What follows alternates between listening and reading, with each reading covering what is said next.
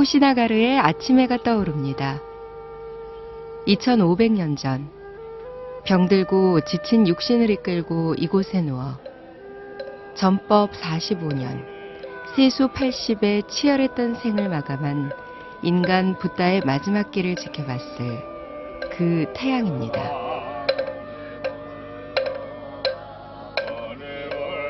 서가모니불을 염하는 간절한 정근 소리가 열반당의 아침을 흔들어 깨웁니다.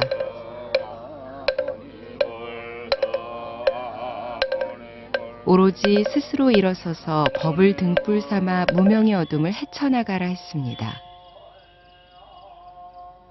하지만 눈을 뜨고도 한치 앞을 내다볼 수 없는 중생들입니다.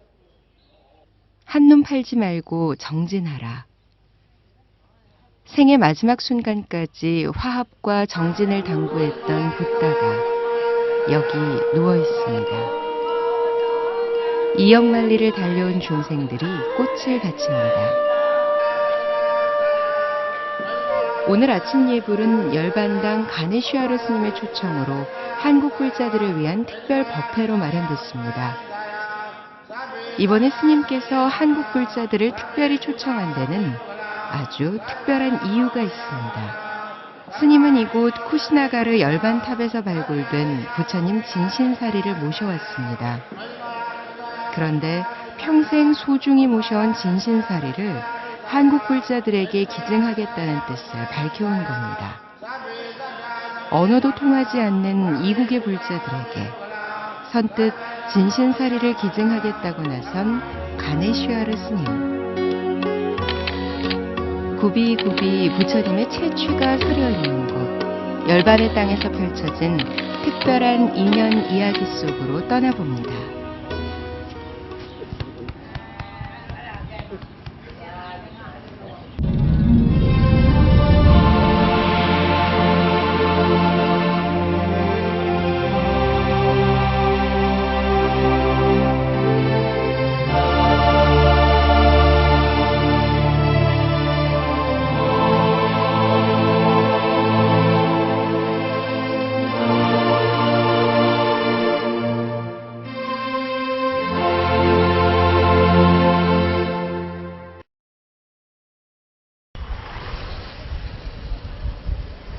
쿠시나가르의 하루는 늘 이렇게 뿌연 안개 속에서 시작됩니다. 아침 일찍 덕산 스님이 향하는 곳은 법 스승인 가네슈아르 스님의 처소입니다. 덕산 스님에겐 이곳의 모든 것이 너무 익숙해서 1년 만에 찾아온 시간의 공백이 전혀 느껴지지 않습니다. 큰 스님, 반태지! 언제나 그렇듯이 스님은 친혈육처럼 덕산 스님을 반깁니다. 자주 만날 수 없는 먼 이국의 제자여서일까요? 덕산 스님에 대한 스승의 애정 표현은 부모가 자식 대하는 것 이상입니다. 건강하신 오메디슨 큐니에 언어가 통하지 않아 불편할 법도 하지만 굳이 상대방 언어를 배울 필요를 느끼지 못한다는 두 사람입니다. 표정만 봐도 상대의 말은 물론 마음속까지 헤아릴 수 있기 때문입니다. 천진불처럼 무해자재한 두 스님의 인연은 10여 년 전으로 거슬러 올라갑니다. 당시 풀리지 않은 화두를 끌어안고 조상의 묘를 찾듯 불쑥 인도를 찾은 덕산 스님은 1년여를 떠돌던 만행을 이곳 쿠시나가르에서 매듭짓게 됐는데요. 바로 그때 이곳에서 스님을 이끌어주신 스승이 가네슈아르 스님이었습니다. तो इन्होंने बहुत सहयोग भी दिया। हमको 2-3 बार मेडिकल कॉलेज में भी दवा कराया गया था। उसके बाद हम मेरे को संकल्प भी हम एक का माफी कोरिया मंत्री ने ये कहा हम सब लोग कहते अरे इंडो सनी कोरिया का सनी बेलगू सिम सिम ऐसे बोलता है। कोरिया मंत्री बहुत मानता है हमको। एक मानेगा तो दूसरा आदमी मानना जरूरी है। हम दोनों आपस में खूब मेल है।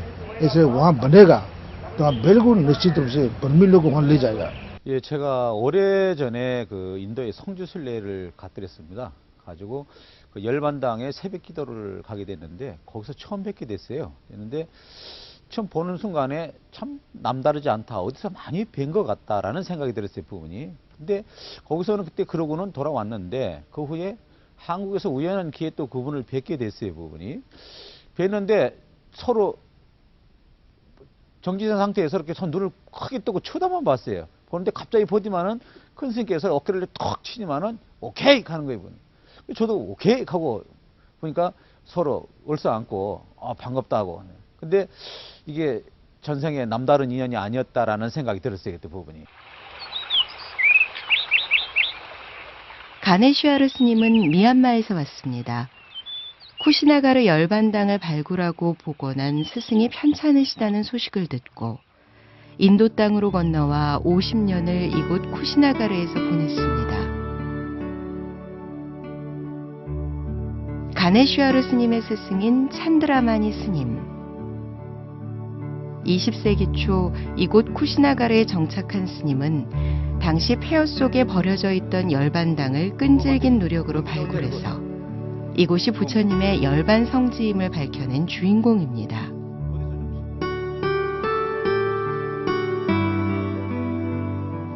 당시 인도의 식민지 정부는 이곳 열반당의 유적들이 검증되지 않았다는 이유로 파헤쳐 폐기 처분하려 했습니다. 찬드라마니 스님은 식민지 본국인 영국 정부에까지 간곡한 편지를 보내 이곳이 부처님의 열반지임을 설득한 끝에 마침내 발굴에 성공했습니다. गुरुजी यहाँ आने के बाद 1891 को आया। उस समय केवल ये मंदिर ही था, स्तूपा टूटा फूटा था। तो यहाँ का सरकार ने ये स्तूप बुद्ध का है, जैन का है, महावीर का पता नहीं, इसे बुद्ध ही मालूम हो जाएगा तब देगा। तब ये 1902 से 2, 3, 4, 5, 6, 7, 8 तक खुदाई किया।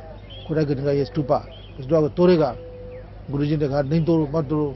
आखिर में जो स्तूपा गोल है इसमें एक जगह से खोदने के लिए कहा गया, एक जगह से खोदा गया। खोद के पूरा नीचे आया, आपके करीब 25-30 फीट के अंदर में पहले का मल राजाओं का दिया हुआ स्तूपा मिला। उसी स्तूपा के अंदर में खोखला मिला। खोखला के अंदर में तांबा का एक घड़ा और तो हाथ पानी देने वाला एक घड़ा मिला। उसी घड़ा के अंदर में सोने का, चांदी का, पीतल का डिब्बा उसी में अस्थि है। 1902 में मिला था ये।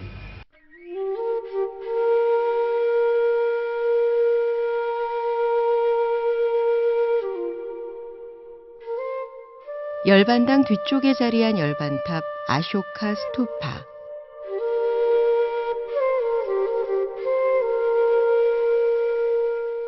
기원전 300년경 부처님의 열반 후 200여 년이 지난 어느 날 이곳 쿠시나가르를 찾은 아쇼카 왕은 말라족이 세운 작은 사리탑을 해체하고 규모를 키워서 다시 축조했습니다.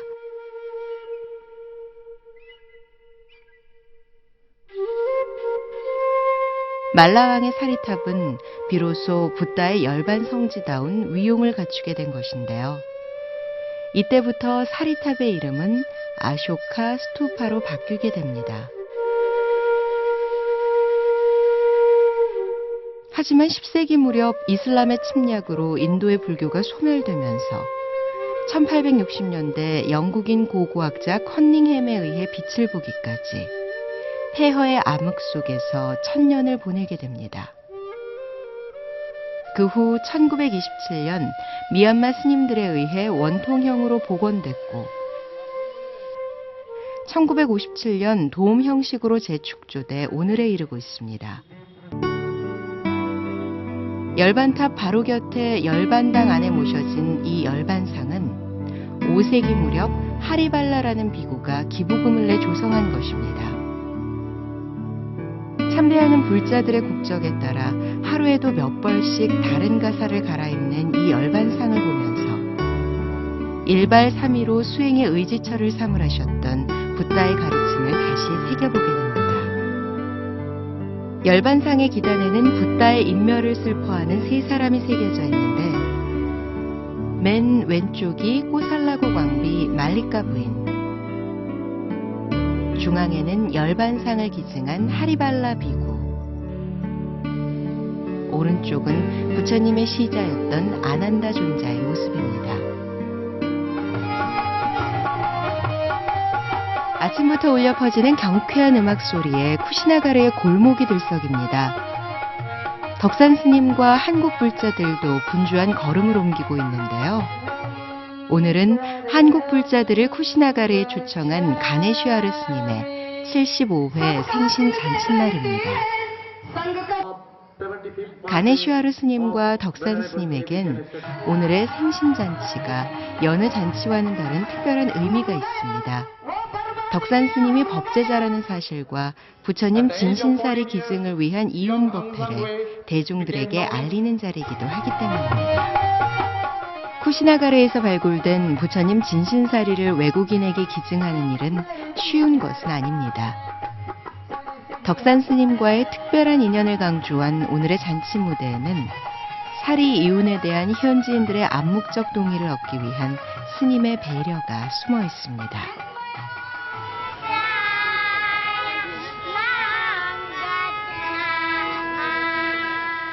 한국 불자들은 지난밤 정성 들여 만든 오색 연등을 준비했습니다. 미리 준비해온 꽃잎을 한 장 한 장 직접 이어붙여서 제작된 세상에서 딱 하나뿐인 연등입니다.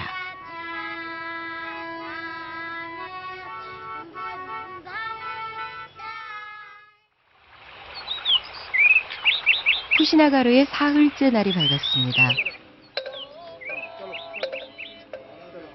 오늘은 사리 이윤법회가 있는 날입니다. 2500년 전 말라족이 처음 이 땅에 모신 부처님 진신사리가 이제 동방의 먼 나라 한국 땅으로 거처를 옮겨 봉안될 것입니다. 이윤 행렬에는 긴장감이 감돕니다. 진신사리는 바로 석가세존의 몸이자 정신의 결정체이기 때문입니다.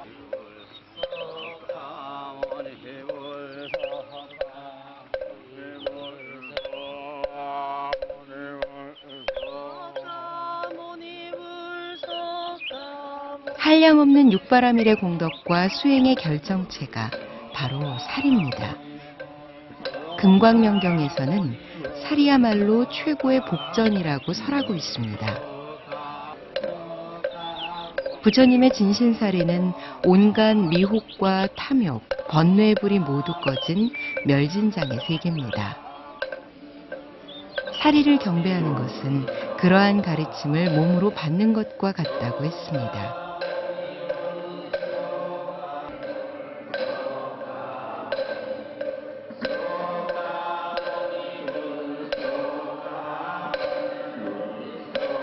진신사리가 모셔져 있는 절을 정멸보궁이라고 합니다.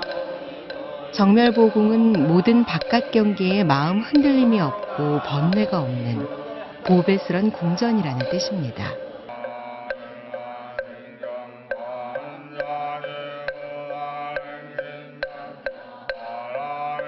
(2500년) 전 부처님이 열반에 드신 후 주변 8개 나라가 8등분해서 각기 봉안했던 부처님 진신사리.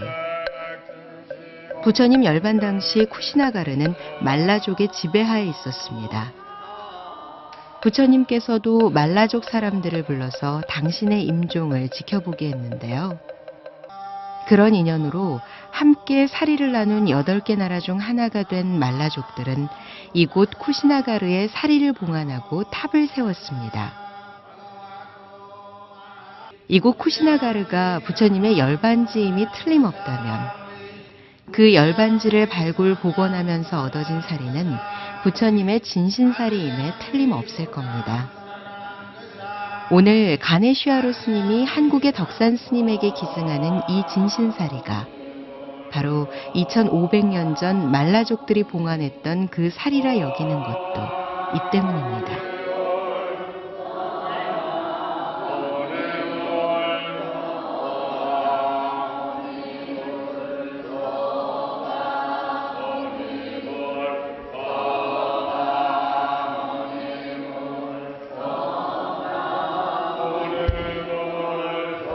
부처님의 다비를 손수 봉행했던 말라족들에게서 미얀마의 고승에게로 전해졌던 진신사리가 이제 그 인연의 실타래를 따라 한국의 불자들에게 오셨습니다. 이 복전으로부터 풍성한 수행의 결실을 얻는 일은 오직 한눈 팔지 않고 정진하는 자의 몫이 될 것입니다.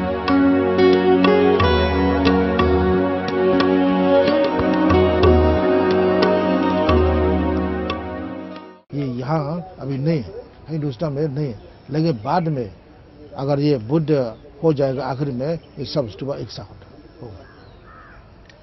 वह स्तूपा बनेगा उसके बाद देखा गया कल करीब 25 लाख रुपया का हीरा का ऊपर का सेंफू बुद्ध बर्मा में ये यहाँ का जो बर्मा का राष्ट्रपति आया था यहाँ उस टाइम हमको दे गया था अगर बनेगा तो दे दो बोल के दिया।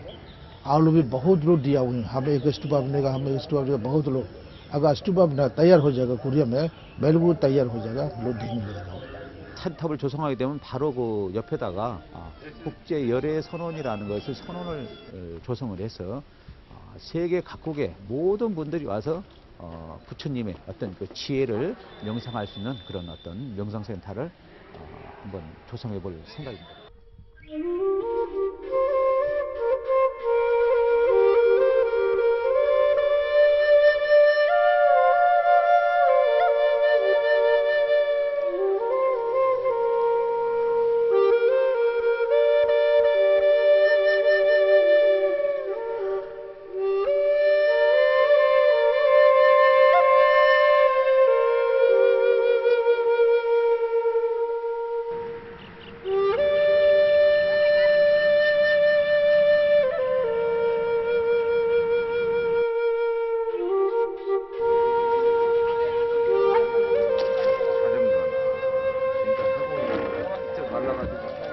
새벽 5시. 겐제스 강은 아직 어둠에 묻혀 있습니다. 하지만 부지런한 순례객들은 벌써 쪽배를 빌어 강의 순례길에 올랐습니다. 인더스강과 더불어 인도 문명의 원천이면서 생명의 젖줄이기도 한 겐지스. 인도 사람들은 이 강을 강가라고 부릅니다. 경전 속에 항하로 음역대 등장하는 바로 그 강입니다.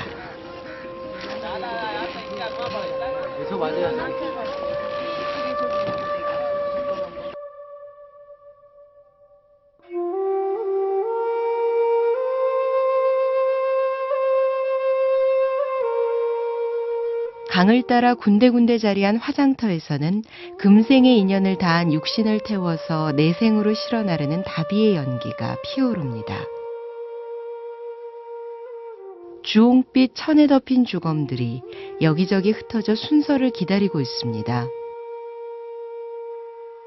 순서가 되면 이들은 평범한 일상처럼 무심하게 장작더미 위에 올려지고 이윽고 재가 돼 흩어집니다.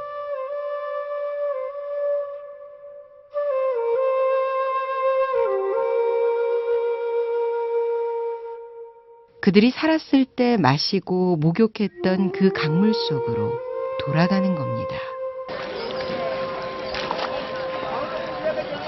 화장의 자네들이 떠다니는 강 어귀는 아직 이른 시간이지만 벌써 목욕 성시입니다. 이 강물에 몸을 씻고 이 강물을 마십니다. 마실 물과 목욕물이 없어서가 아닙니다. 강과 강물은 세상 그 어떤 것으로도 대체할 수 없는 성수기 때문이죠.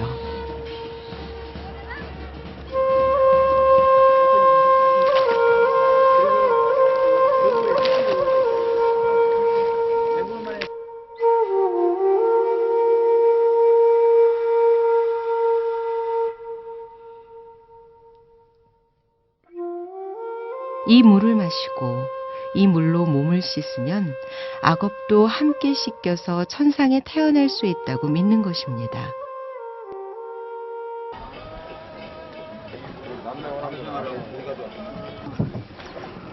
겐지스는 그 자체로 하나의 종교가 됩니다. 더욱더 부처님이 이렇게 정진할 수 있는 마음을 가지려고 발언하고 있습니다. 꽃잎에 쌓인 유등에 불이 켜지면 저마다 겐지스의 신에게 소원을 빕니다.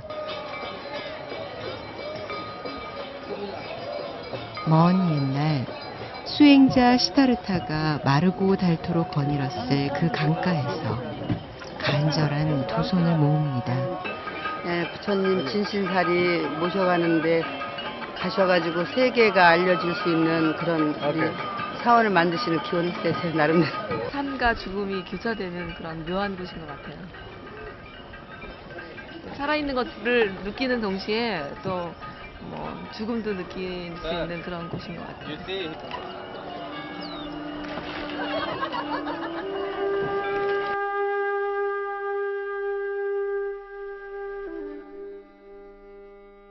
영혼을 자맥질하듯 생과 사가 교차하는 윤회의 항구를 건너 항하사에 도착했습니다. 붓다가 수부티에게 조용히 이릅니다. 항하사만큼 많은 강이 있고 그 강에 모래알 수만큼 보시를 베푼다 해도 누군가에게 가르침을 주는 공덕에는 미치지 못한다. 어디선가 스승과 제자의 나지막한 두런거림이 들려오는 듯 싶습니다.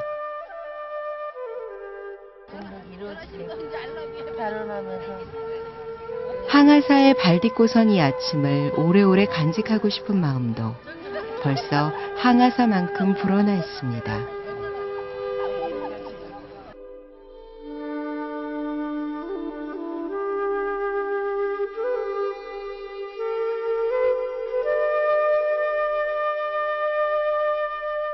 모래톱의 동쪽 끝에서 뽀연 안개를 뚫고 강가강에 해가 솟아오릅니다.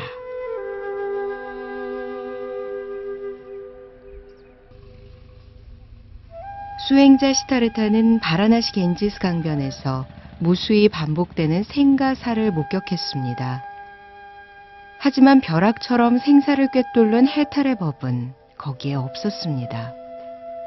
시타르타 수행자는 네란자라 강이 흐르는 우르벨라 숲을 향해 길을 떠났습니다. 고행을 통해서 끝을 볼 작정이었던 겁니다. 보름에 한 끼를 먹었다. 내 사지는 마치 깔라풀처럼 말랐고 갈비뼈는 부서진 석가래 같았다. 백가죽을 만지면 등뼈가 잡혔고 등뼈를 만지면 백가죽이 잡혔다. 뒷날 붓다는 제자들 앞에서 당신의 고행 시절을 이렇게 회고했습니다. 이곳 우르벨라 고행림에는 고행자 시달타가 6년 동안 지냈던 곳이죠. 그러나 결과는 아무것도 없었습니다. 그래서 마침내 이 수행님을 떠나기로 결심하고 수자타의 공양을 받게 되죠. 기운을 차린 수행자는 위대한 성도 부다가이를 향해 발걸음을 돌리게 되죠. 하지만 6년의 고행이 전혀 불피한 것이었을까요?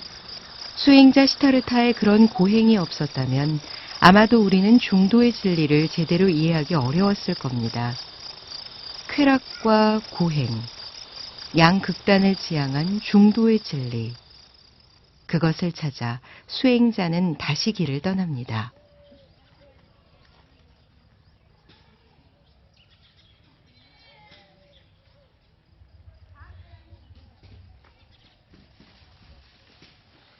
우르벨라 숲 주변에는 불가촉 천민들의 거주지가 형성돼 있습니다. 너무 천해서 다른 카스트와 아예 접촉도 할 수 없는 저주받은 계급. 그들이 바로 불가촉 천민입니다.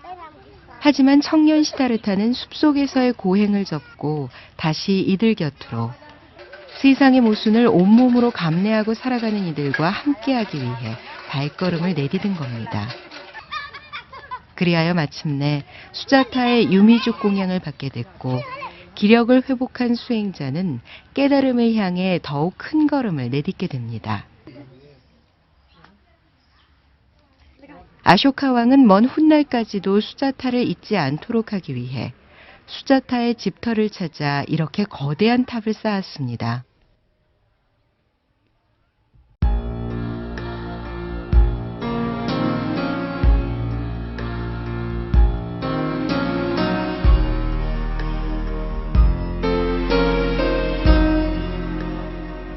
수행자는 깨달음을 향한 최후의 선정에 들기 위해 네란자라 강을 건너 전 정각산을 향해 길을 떠났습니다.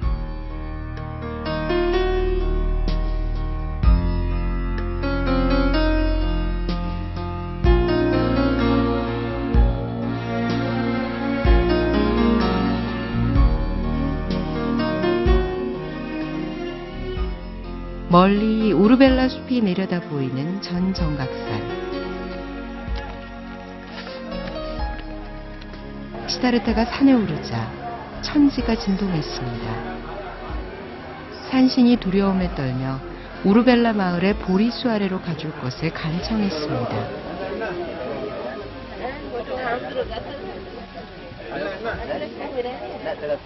하지만 이 산에 살고 있던 용은 자신의 굴에서 깨달음을 이루길 부탁했습니다.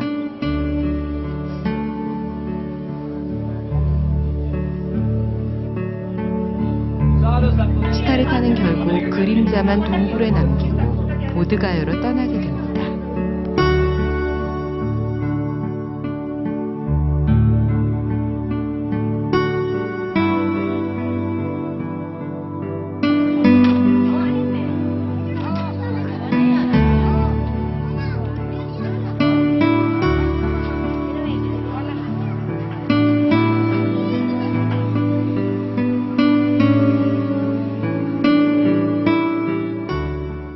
수행자는 다시 네란자라 강을 건너 보드가야를 향해 걸음을 재촉했습니다.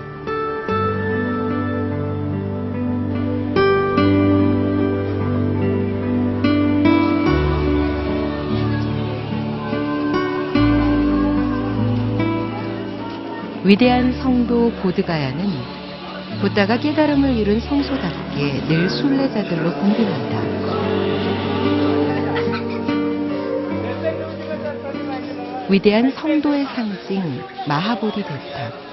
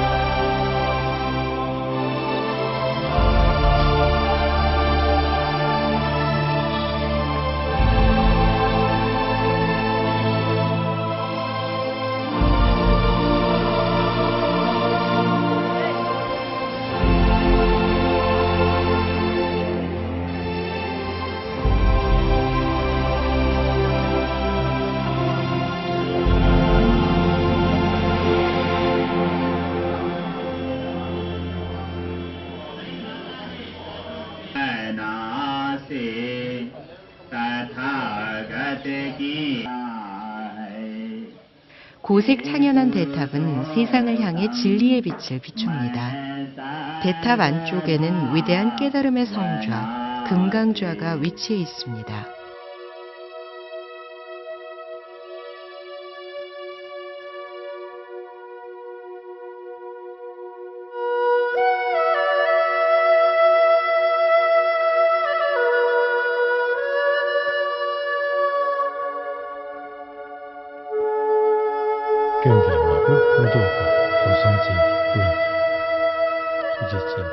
이것은 고통이다. 이것은 고통의 생겨남이다.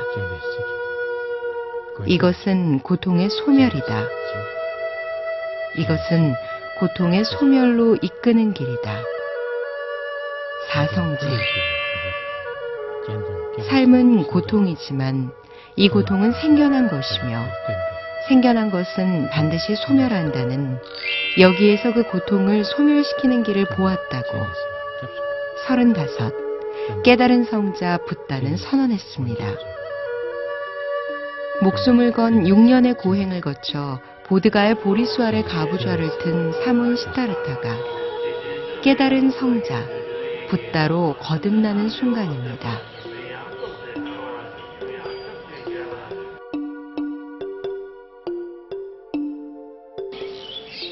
대각을 이룬 금광자에서 깨달음 후 첫 일주일을 보낸 붓다는 모두 49일을 이곳 성도에서 보내게 됩니다.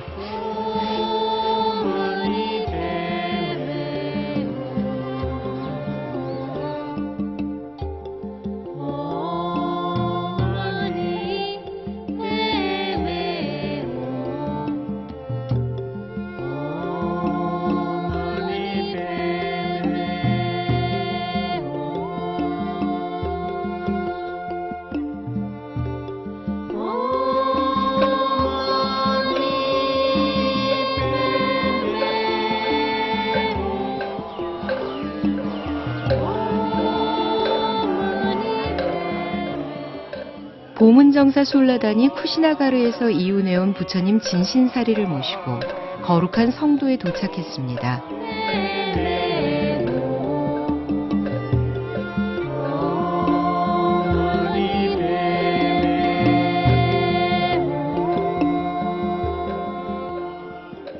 내가 이와 같이 알고 이와 같이 보게 됐을 때 내 마음은 감각적 쾌락의 번뇌로부터 벗어났고 존재와 무지의 번뇌로부터 벗어났다. 이것이 바로 해탈이다. 나는 즉시 알아차렸다. 보드가야 보리수 아래서 붓다는 보았다 했습니다. 붓다의 깨달음은 새로운 것에 대한 창조가 아니라 있는 그대로의 실상을 발견하는 겁니다. 쿠시나가르에서 진신사리를 모시고 이곳 성도를 찾은 까닭도 다름 아닌 발견일 겁니다. 아직 근기가 부족한 중생임에 살이라는 거울을 통해서 우리 마음에 덕지덕지 붙어있는 탐욕의 티끌을 보고자 함입니다.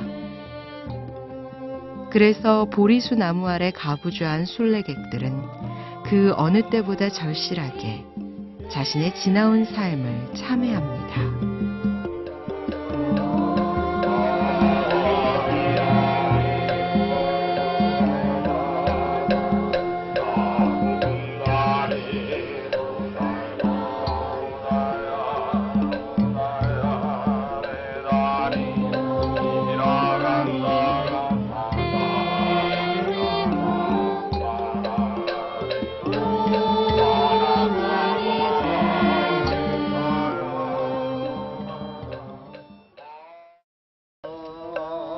순례단은 2500년 전 붓다가 걸었던 길을 따라 걷습니다. 진신사리를 모셨으니 동행한다고 해도 될 것 같습니다. 여기는 초전 법륜의 땅 사르나트, 노겨원입니다. 붓다는 깨달음을 성취한 후 첫 번째 전도 대상을 찾다가 자신과 함께 고행림에서 수행했던 5 비구를 찾아 이곳에 왔습니다.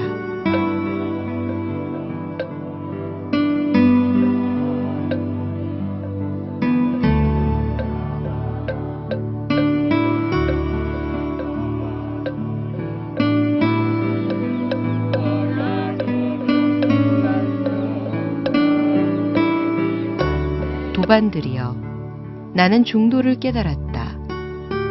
나는 불사를 얻었으니 이리 와서 내 말을 들어라. 그대들도 모두 불사를 얻을 것이다. 기원전 589년 붓다는 5 비구들 앞에서 처음으로 중도의 법을 선포했습니다. 사문 시다르타가 유미족 공양을 받고 고행림을 떠났을 때 비난의 화살을 퍼붓고 시다르타 곁을 떠났던 5 비구들입니다. 하지만 그들은 눈앞에서 중도의 법을 선포하는 옛 도반이 더 이상 평범한 수행자가 아님을 단박에 깨달았습니다. 그들은 옛 도반이 깨달음을 성취한 붓다거대에서 다시 나타났음을 알아차리고 그 자리에서 붓다에 귀의했습니다. 초전 법륜의 땅 노겨원에서 깨달음과 수행의 의미를 다시 새겨봅니다. 이웃과 함께하지 못하면 아무리 빛나는 보석을 지녔다 해도 그것은 평범한 돌멩이에 지나지 않는다는 것. 차갑게 빛나는 저 다맥스토파의 가르침입니다.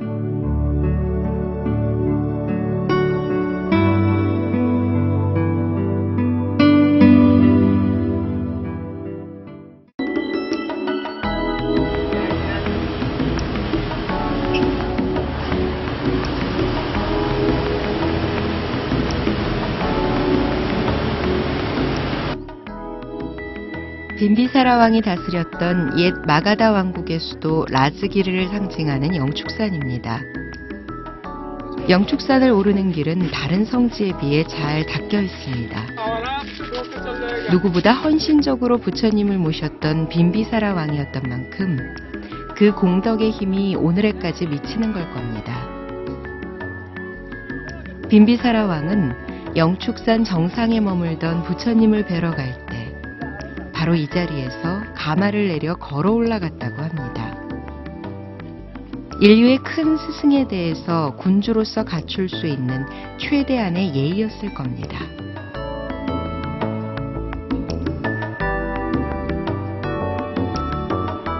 그래서 이 길은 빈비사라 왕의 길로 명명됐습니다.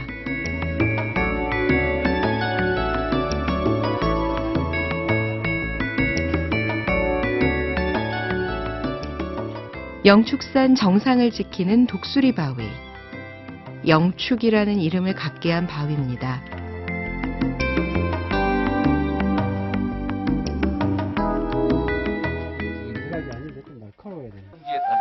영축산 정상. 부처님이 법화경을 설했던 그 향실에 순례자들이 앉았습니다.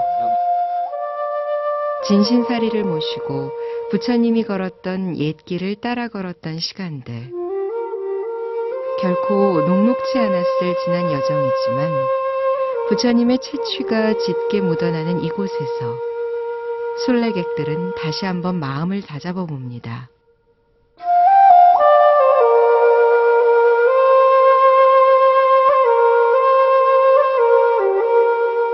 쿠시나가르에서 보드가야, 녹야원을 거쳐 영축산까지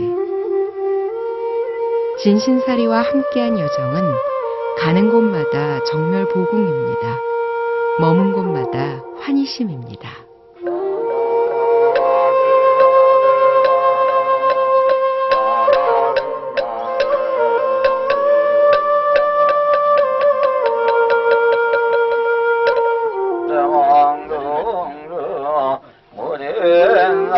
세수 80이 되던 어느 날 팔순의 붓다는 왕사성의 독수리봉을 출발해 북쪽으로 다시는 돌아오지 못할 전법의 길을 떠납니다. 마을에서 마을로, 거리에서 거리로. 북인도 전역을 맨발로 누볐던 붓다지만 인멸이 가까웠음을 알고 고향 룸비니가 있는 북쪽으로 방향을 잡은 겁니다.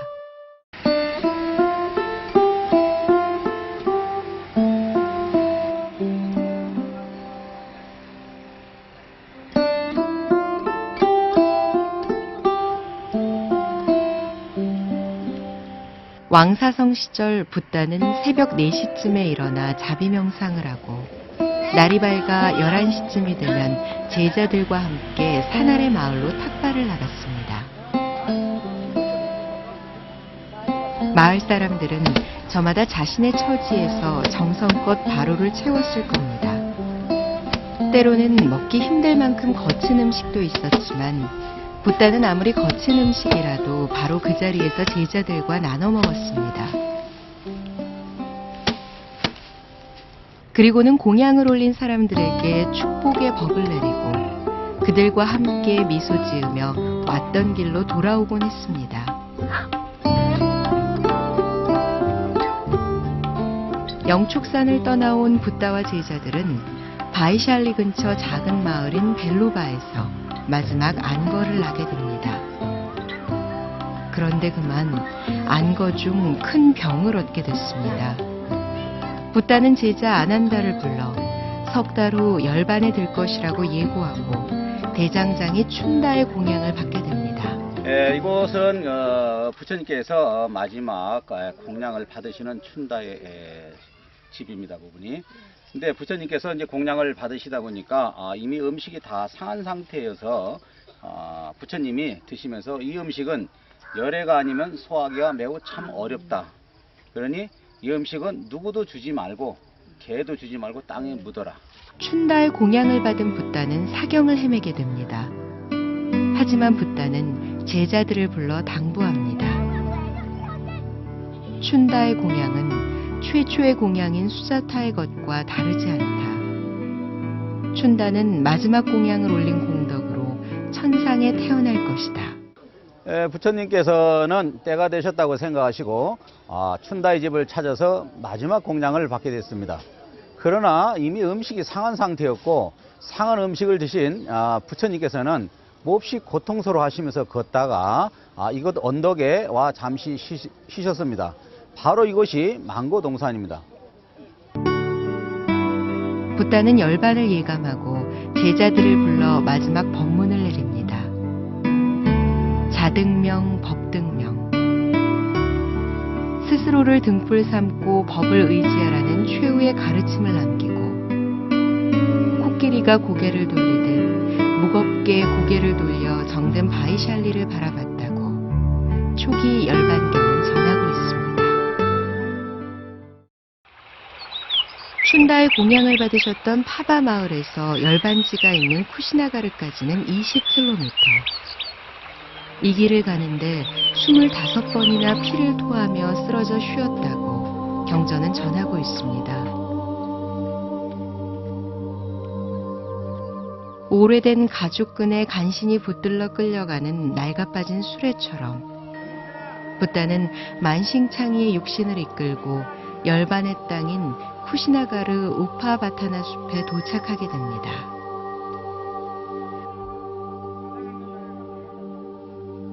붓다는 다시는 일어나지 못할 마지막 자리를 이곳 사라나무 아래에 펼쳤습니다.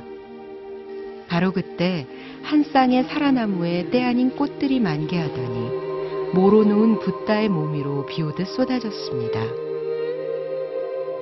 조건 지어진 모든 것은 다 소멸해 가는 법. 부디 게으르지 말고 힘써 정진하라.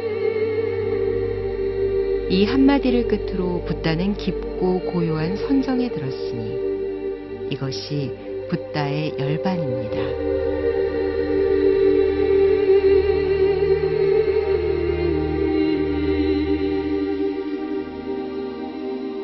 붓다가 열반에 든 쿠시나가르는 당시 말라족의 수도였습니다. 붓다의 임종을 지킨 이들도 말라족입니다.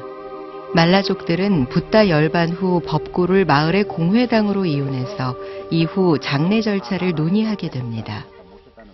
이 자리는 부처님이 열반에 드시고 바로 장례 절차를 협의하던 바로 말라족들의 공회당 장소입니다. 이 자리가. 그래서 여기서 말라족들이 협의를 해서 바로 우측에 다비장으로 모셔서 다비를 하시고 난 다음에 사리를 수습해서 바로 이 자리에서 8등분해가 사리를 나누신 바로 여기가 공회당 터입니다.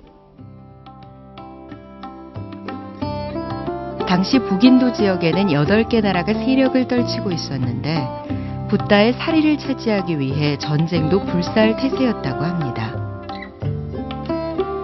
하지만 말라족들이 나서서 각 나라의 사리가 골고루 돌아갈 수 있도록 8등분함으로써 평화가 유지될 수 있었던 겁니다.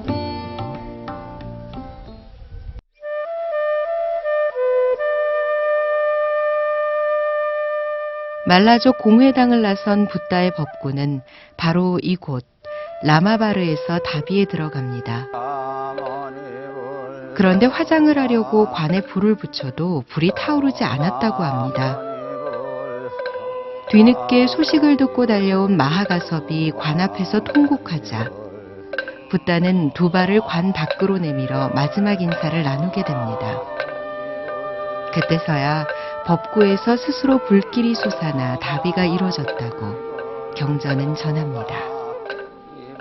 붓다는 최후의 열반지로 왜 하필 작고 외진 우파바타나 숲을 선택했을까요?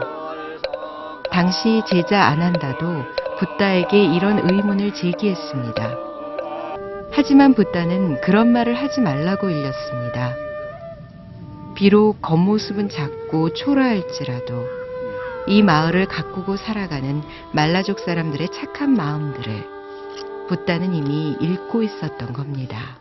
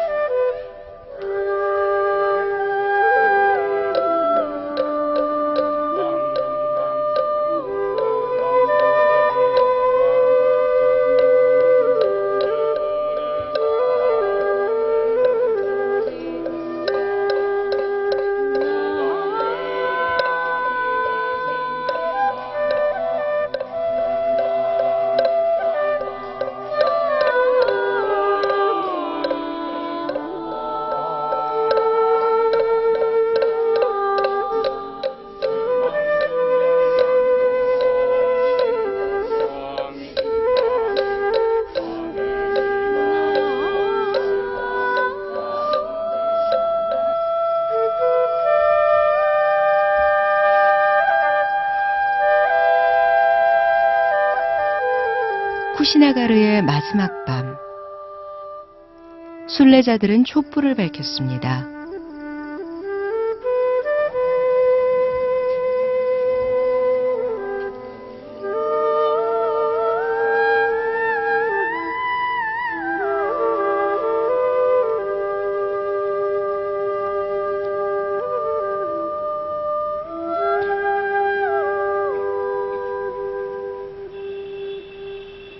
(2500년) 전 이 땅에 나투신 붓다가 그랬듯이 탐욕과 성냄과 어리석음을 떨치고 일어나 우주를 밝히는 한 줄기 빛이 되고자 발언합니다.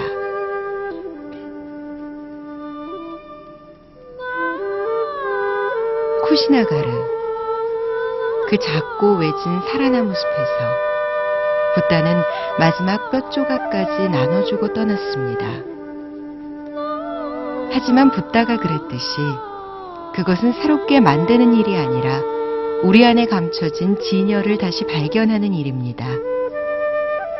그것이 마지막 남은 열반당의 진신사리가 한국 땅으로 나투게 되는 이유일 것이기 때문입니다.